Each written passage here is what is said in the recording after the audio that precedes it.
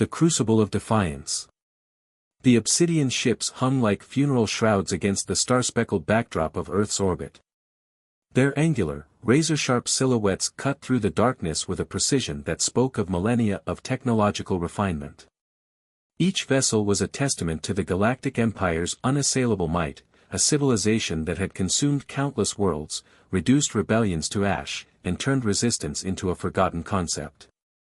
Admiral Zarin stood on the bridge of the Dominion Ascendant, his reflection ghosting against the massive viewscreen that displayed the blue-green planet below. Earth. A world so achingly beautiful, so fragile, that it seemed almost criminal to destroy it. But the Empire did not deal in mercy, only in absolute submission. His cybernetic eye, a silvery implant that replaced his original organic one, scanned the planetary surface with calculated detachment. Thermal imaging, electromagnetic signatures, population density maps, all were processed in microseconds, rendering Earth not as a living world, but as a set of strategic data points. Initiate planetary broadcast, Zarin commanded, his voice a cold metallic whisper that seemed to emanate from somewhere beyond his physical form. Commander V, a tall, serpentine alien with translucent skin that revealed intricate neural networks beneath, manipulated a series of holographic controls. Broadcast channels secured, Admiral. All communication networks have been overridden. The moment the broadcast began, every screen on Earth flickered. Televisions, computer monitors, smartphone displays, digital billboards, all synchronized to display the same image, Admiral Zarin's imposing figure, his pale skin almost luminescent, his angular features carved from something between flesh and machine. People of Earth, he began, each word calculated for maximum psychological impact, your world stands at the precipice of transformation. The Galactic Empire does not come as conquerors, but as architects of your species' potential. Resistance is not merely futile, it is a fundamental misunderstanding of your place in the cosmic hierarchy. Deep beneath the Appalachian Mountains, in a fortified underground command center that hummed with the desperate energy of humanity's last stand, Colonel Mike Ronalds watched the broadcast. The bunker was a labyrinth of makeshift command stations, each staffed by soldiers and scientists who represented humanity's most determined survivors. Ronalds was a study in controlled fury. At 47, his face bore the scars of previous conflicts, a thin line across his left cheek from a drone strike in the Middle Eastern conflicts, a burn mark near his right temple from a failed experimental energy weapon test. His eyes, however, were what truly defined him, dark, intense, with a depth that suggested he had already looked into the abyss and refused to blink. "Sir," Lieutenant Alex Edwards said, her voice cutting through the tense silence that followed Zarin's broadcast, "our communication jamming attempts are being systematically neutralized. Their technological superiority is unprecedented." General Harris, a veteran who had seen humanity's various internal and external conflicts, leaned forward. His weathered hands, spotted with age and marked by old combat injuries, gripped the edge of the holographic tactical display. "We've seen superior technology before. The key is finding the weakness." Ronalds turned, his movement deliberate. "Every system has a weakness. Every technology has a flaw. The Empire's confidence is their greatest vulnerability." The tactical display shifted, showing fragmentary data collected from previous alien encounters. Bits of destroyed ship components, energy signature analyses, quantum communication intercepts, each represented a puzzle piece in humanity's desperate attempt to understand their enemy. "Lieutenant Edwards," Ronalds said, "I want a comprehensive analysis of these fragments. Cross-reference everything, materials science, quantum mechanics, energy transfer protocols. If there's a crack in their armor, we'll find it." As the command center buzzed with renewed purpose, miles above them, Admiral Zarin continued his broadcast. "Your world has been selected for integration. Your species' genetic potential, your capacity for adaptation, these are valuable resources. Surrender now, and you will be processed efficiently." The word "processed" hung in the air like a surgical instrument, clinical and devoid of any human sentiment. In command centers, living rooms, and hidden resistance bunkers across the planet, humanity listened. Some with terror, some with resignation, but a growing number, inspired by Ronalds and those like him, with a defiant spark of hope. The crucible of humanity's greatest challenge had begun. Fragments of hope. The underground research facility beneath the Rocky Mountains was a testament to human ingenuity under pressure. What had once been a decommissioned nuclear research center now hummed with a different kind of energy, the desperate pursuit of survival. Lieutenant Alex Edwards stood before a massive holographic display, her fingers dancing across quantum-sensitive interfaces. Scattered across the transparent projection were fragments of alien technology, each piece a microscopic puzzle that could mean the difference between extinction and resistance. "Colonel Ronalds," she called out, her voice cutting through the ambient noise of whirring computers and anxious scientists, "we've made a breakthrough." Ronalds approached, his heavy boots echoing against the reinforced concrete floor. The research team parted, a mixture of hope and exhaustion etched into their faces. They had been working non-stop since the alien fleet's arrival, fueled by caffeine, desperation, and an unbreakable human spirit. Edwards pointed to a molecular-level holographic representation of an alien ship fragment. "Look here. These quantum entanglement nodes in their ship's communication systems, they're not as perfect as they appear. There's a microscopic phase desynchronization that occurs during long-range transmissions." General Harris, who had been reviewing intelligence reports, raised an eyebrow. "In English, Lieutenant. Their communication network has a weakness," Alex explained, her excitement barely contained. "It's subtle, but it means their supposedly impenetrable command structure has a potential point of interference. If we can exploit this quantum instability, we might be able to disrupt their coordination." Across the planet, humanity's remaining military and scientific resources were being marshaled in ways never before attempted. In the ruins of Silicon Valley, what remained of the world's most innovative tech companies had been converted into makeshift research and production centers. Engineers who once competed now worked side by side, their previous corporate rivalries rendered meaningless by the existential threat. Back on the Dominion Ascendant, Admiral Zarin was unaware of the microscopic hope brewing beneath him. Commander V approached, the neural networks beneath his translucent skin pulsing with an almost hesitant energy. "Admiral," V began, "our preliminary cultural assimilation models for Earth show unusual resistance patterns. The humans are not responding to standard integration protocols." Zarin's cybernetic eye flickered, running countless probability scenarios in a fraction of a second. "Humans have always been an anomaly. Their historical records show a persistent capacity for unexpected adaptation." The bridge of the massive ship was a study in technological perfection. Holographic displays wrapped around the command center, each showing different aspects of Earth, population centers, military installations, communication networks. To the alien observers, it was nothing more than a complex system waiting to be integrated. In the Rocky Mountain facility, Ronalds was reviewing the latest global resistance reports. Scattered cells of military, scientific, and civilian groups were beginning to coordinate in ways the alien observers could not easily predict. "We're not just going to sit back and wait to be processed," Ronalds muttered, a grim smile playing at the corner of his mouth. A young communications specialist named Maria Rodriguez interrupted his thoughts. "Sir, we've intercepted partial alien communication fragments. The quantum disruption technique Lieutenant Edwards discovered, it's giving us our first real window into their communication protocols." The room fell silent. Everyone understood the magnitude of this moment. For the first time since the alien fleet's arrival, humanity wasn't just defending, they were preparing to fight back. Ronalds leaned forward, his eyes reflecting a fire that had not been extinguished by the seemingly insurmountable odds. "Start developing a targeted communication interference algorithm. If we can create even a momentary break in their command structure, we might just have a chance." Across the planet, in hidden facilities, on makeshift research stations, and in underground bunkers, humanity's brightest minds were transforming desperation into innovation. The alien fleet might have believed they had already won, but they were about to learn the most important lesson about human beings: hope is not a strategy, it's a weapon. The Quantum Gambit.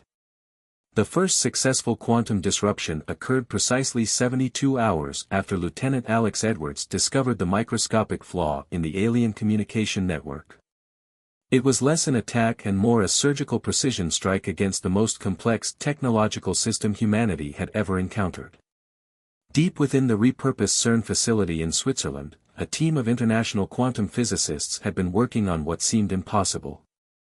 Dr. Elena Petrova, a Russian quantum computing expert who had once been considered too radical for mainstream research, now stood at the epicenter of humanity's most crucial technological endeavor. Quantum entanglement breach initiated, she announced, her voice steady despite the magnitude of what they were attempting. Holographic displays flickered with complex mathematical equations and quantum probability matrices that would have appeared incomprehensible to anyone outside their specialized field. On the Dominion Ascendant, the first signs of interference were nearly imperceptible. A microsecond delay in communication protocols. A momentary phase shift in their quantum communication network.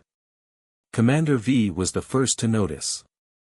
"Admiral," he said, his translucent skin momentarily rippling with what could only be described as concern, "we're experiencing an anomalous quantum interference pattern." Zarin's cybernetic eye pulsed, running diagnostic sequences faster than any biological system could comprehend. "Impossible," he muttered, though the word carried more curiosity than dismissal. The interference was strategic, not designed to completely disable the alien communications, but to introduce controlled chaos into their supposedly perfect system.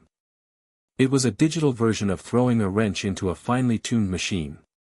Back in the Rocky Mountain Command Center, Colonel Ronalds watched the initial results with a mixture of scientific fascination and military pragmatism.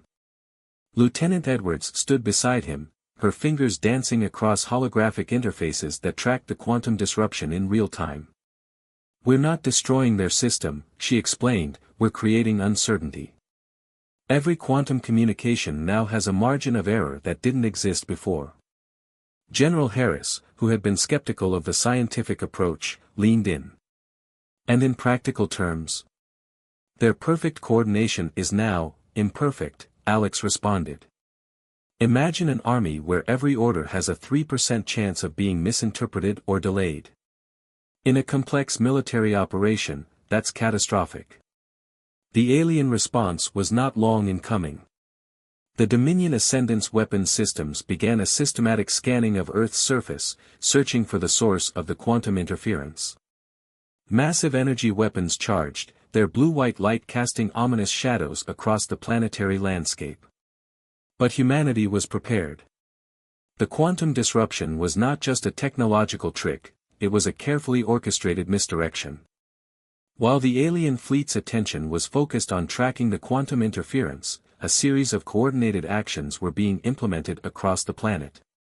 Underground manufacturing facilities, hidden from satellite and energy scans, began producing a new generation of defensive technology.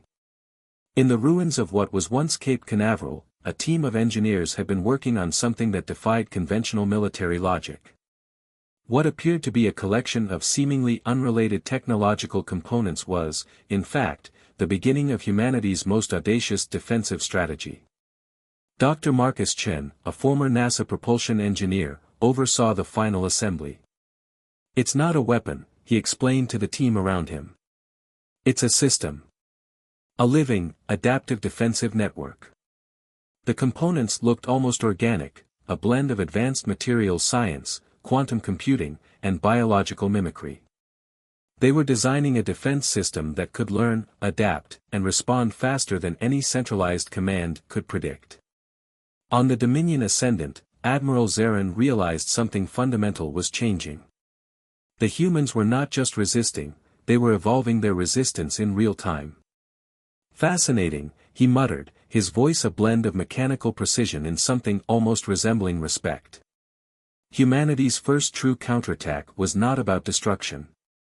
It was about introducing uncertainty into a system that had never conceived of such a possibility. The quantum gambit had begun. The adaptive frontier. The global landscape had transformed into a high-stakes battlefield of technological innovation. What the Galactic Empire had perceived as a simple planetary conquest was rapidly becoming their most complex challenge. In a hidden facility beneath the Atacama Desert in Chile, a breakthrough was taking shape that would redefine the concept of defensive technology. Dr. Isabella Rodriguez, a biomechanical engineer who had spent years developing adaptive prosthetics, stood before a complex system that blurred the lines between technology and living organism. "It's not just a defensive network," she explained to Colonel Ronalds during a secure quantum-encrypted video conference. "It's a distributed intelligence that learns and adapts in real time." The system she had developed was unlike anything in human or alien technological history. Drawing inspiration from neural networks, biological immune systems, and quantum computing, it was a living technological organism. Each component could communicate, learn, and modify its own functionality based on incoming threats. On the Dominion Ascendant, the quantum disruptions were becoming more frequent and complex. Admiral Zarin's initial curiosity had transformed into a calculated concern. Commander V approached with a detailed report. "The human interference is not random," V observed, his translucent skin pulsing with complex neural patterns. "There's an underlying mathematical complexity that suggests intentionality." Zarin's cybernetic eye flickered, processing millions of scenarios per second.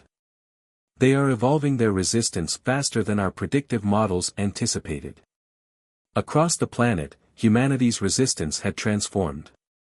What began as scattered military and scientific groups had become a globally coordinated network. Communication happened through quantum-encrypted channels, biological data networks, and adaptive communication protocols that could shift and change faster than any external monitoring system could track.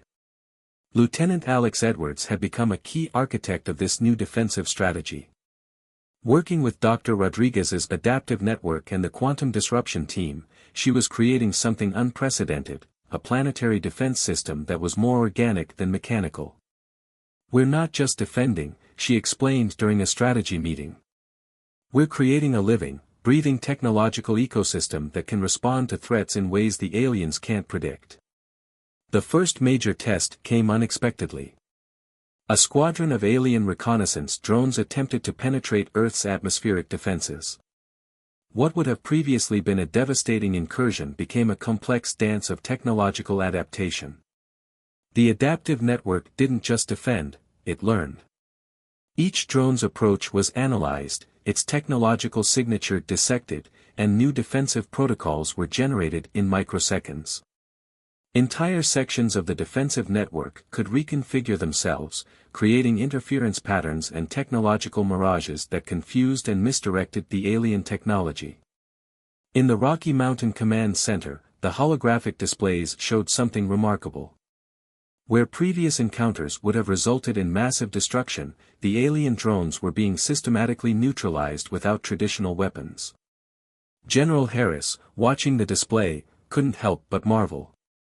"We're not fighting them," he muttered, "we're solving a constantly changing mathematical problem." Colonel Ronalds understood the deeper implication. This wasn't just about defending Earth, it was about demonstrating a fundamentally different approach to technological conflict. Humanity was showing that adaptability, creativity, and collective intelligence could be more powerful than any predetermined technological superiority. The Galactic Empire had encountered resistance before. But they had never encountered a species willing to completely reimagine the very concept of defense. Admiral Zarin, observing the complex interactions from the Dominion Ascendance Bridge, realized something profound was happening. This was not just a battle for a planet. This was a confrontation between two fundamentally different approaches to existence. And humanity was just getting started. The quantum horizon. The final confrontation was not what anyone, human or alien, had anticipated. The Dominion Ascendant's massive hull suddenly found itself surrounded by a network of quantum interference fields that seemed to bend the very fabric of spacetime around the ship. What had begun as a simple planetary invasion had transformed into the most complex technological engagement in galactic history. Admiral Zarin watched in something approaching astonishment as the ship's primary systems began to experience cascading anomalies. The adaptive network humanity had developed was not merely a defensive system, it was a living, evolving intelligence that had turned the entire planet into a single, massive computational organism. Quantum entanglement breach increasing, Commander V reported, his translucent skin rippling with unprecedented levels of uncertainty. Our predictive models are failing. Colonel Mike Ronalds stood in the Rocky Mountain Command Center, watching the holographic displays that showed the intricate dance of technological warfare. Beside him, Lieutenant Alex Edwards and Dr. Isabella Rodriguez monitored the adaptive network's performance with a mixture of scientific precision and barely contained excitement. "We're not destroying them," Alex explained, her fingers dancing across quantum interfaces. "We're rendering their technology fundamentally incompatible with our reality." The attack, if it could be called that, was unlike any military engagement in recorded history. Humanity wasn't fighting with weapons, but with information. Each alien technological system was being methodically understood, analyzed, and then subtly transformed. Quantum communication channels were being rewritten. Energy transfer protocols were being reimagined. The Galactic Empire's ships began to experience inexplicable system failures. Navigation became unreliable. Communication networks fragmented. Weapon systems would charge and then dissipate without firing. It was as if the very laws of physics were being negotiated in real time. Dr. Rodriguez's adaptive network had done something unprecedented. It wasn't just defending, it was communicating. Using the quantum interference patterns as a form of language, the network was engaging with the alien technology at a fundamental level of existence. "They're trying to understand us," Dr. Rodriguez said, her voice a mixture of scientific wonder and philosophical revelation. "Not just defeat us, understand us." Admiral Zarin's cybernetic eye processed the impossible data. The humans had transformed their entire planetary defense into a living, adaptive system that was more than technology. It was a form of collective intelligence that defied the Empire's most advanced predictive algorithms. On the bridge of the Dominion Ascendant, something unprecedented happened. The ship's communication systems began receiving complex mathematical sequences that were simultaneously a defense mechanism, a communication attempt, and something that existed between communication and pure information. "We are not your enemy," the quantum network seemed to say. "We are an invitation to a different way of existing." Colonel Ronalds understood the deeper strategy. This wasn't about defeating the alien fleet, it was about demonstrating a fundamentally different approach to technological and species interaction. Hours passed.